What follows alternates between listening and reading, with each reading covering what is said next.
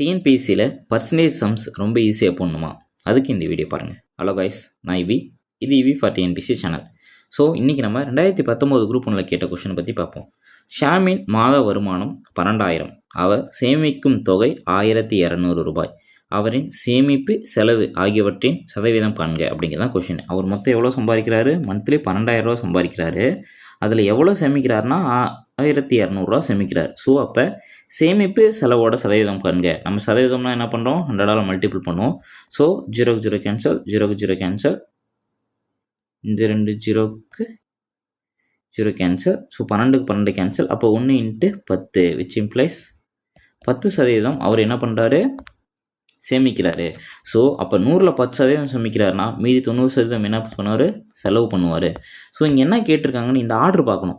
சேமிப்பு செலவு சதவீதம் காண்க. ஸோ சேமிப்பு சதவீதம் எவ்வளோ? 10. அப்போ செலவு சதவீதம் எவ்வளோ? 90. அப்போ ஆப்ஷன் வந்து பி. ஓகேங்களா? இதே மாதிரி டெய்லிக்கு மேக்ஸ் அப்டேட் பார்க்கணுன்னா இவி ஃபார் டிஎன்பிஎஸ்சி சேனலை சப்ஸ்கிரைப் பண்ணிக்கங்க.